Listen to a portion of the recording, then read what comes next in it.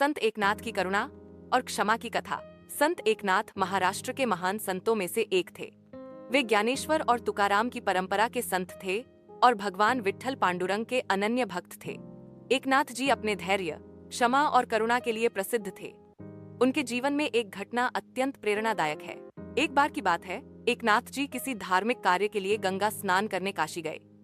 गंगा स्नान करने के बाद उन्होंने पवित्र गंगाजल एक कलश में भरा और पैदल यात्रा करते हुए महाराष्ट्र की ओर लौटने लगे। उन्होंने यह जल भगवान विट्ठल को चढ़ाने का संकल्प लिया था। रास्ते में एक शरारती व्यक्ति ने यह सुना और उनका धैर्य परखने की ठानी। जब संत एकनाथ रास्ते से गुजर रहे थे, वह व्यक्ति बार बार उन्हें अपशब्द कहता, गालियां देता और उनका अपमान करता, परंतु संत एकनाथ हर बार मुस्कुराकर उत्तर देते, भगवान तुम्हें सद्बुद्धि दे। एक दिन उस व्यक्ति ने संत की परीक्षा की सारी हदें पार कर दी।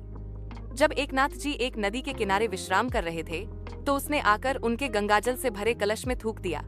वहां खड़े लोगों ने क्रोध में आकर उस व्यक्ति को मारने की बात की, लेकिन एकनाथ जी शांत रहे।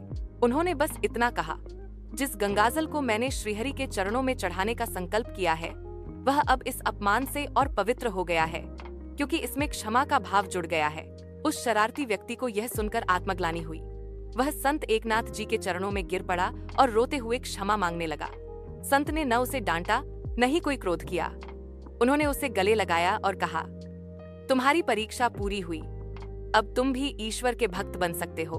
उस दिन से वह व्यक्ति एकनाथ जी का शिष्य बन गया और सच्चे मन से भक्ति करने लगा।